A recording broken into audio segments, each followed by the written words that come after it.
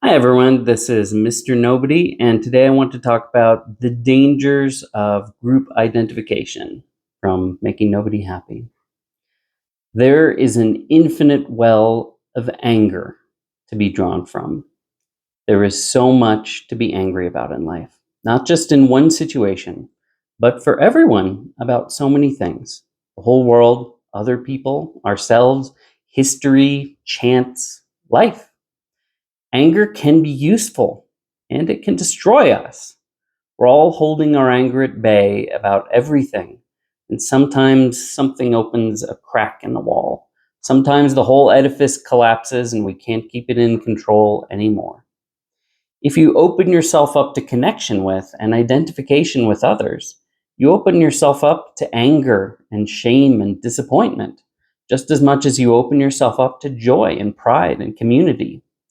Some popular categories, like race, may be too broad and too vague and too undefined to serve as a nexus for the kind of connection and identification that we've loaded it with. Other kinds of categories, like the various microsexualities, may be too narrow. The lesson of history is that race, in broad color based terms, simply doesn't contain enough content in itself to serve the role that we've assigned to it, especially in a country of 3 to 400 million and a world of 7 billion. It's simply too large and abstract and contains too many elements over which we have little influence and with which we have little contact with for it to stand in for the categories of community and identity that humans feel they need. There's power in that type of mass aggregation, but it's the power of the faceless, impersonal juggernaut. In relation to you, it's millions of times bigger. And the amount that you can influence it or even understand it is limited simply by your own finitude.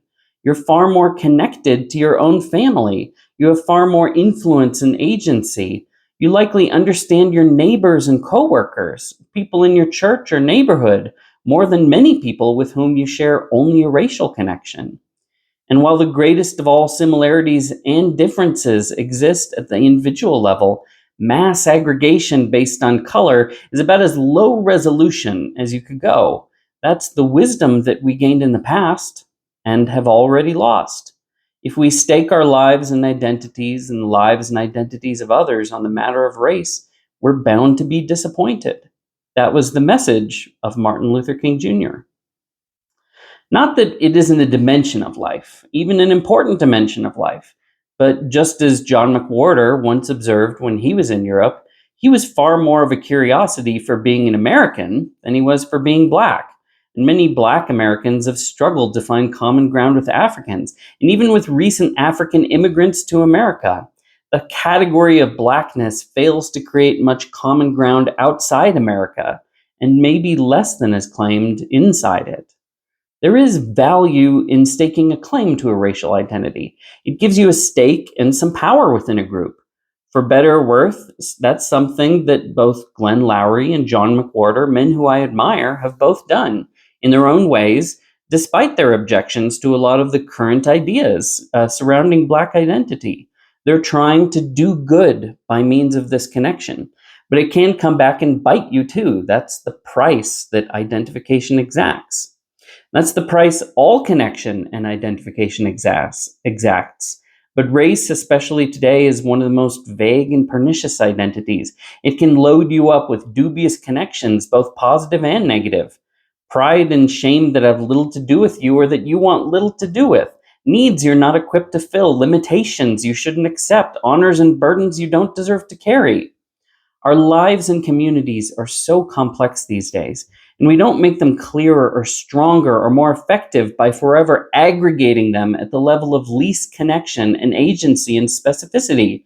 We've lost our belief, our faith in the power of the individual, in the close knit family, the proximate community, and we believe only in the overwhelming power and significance of the teeming mass.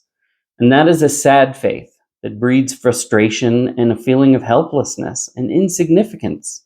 It breeds anger, anger without a clear home, the most dangerous kind. And that's something we should all fear.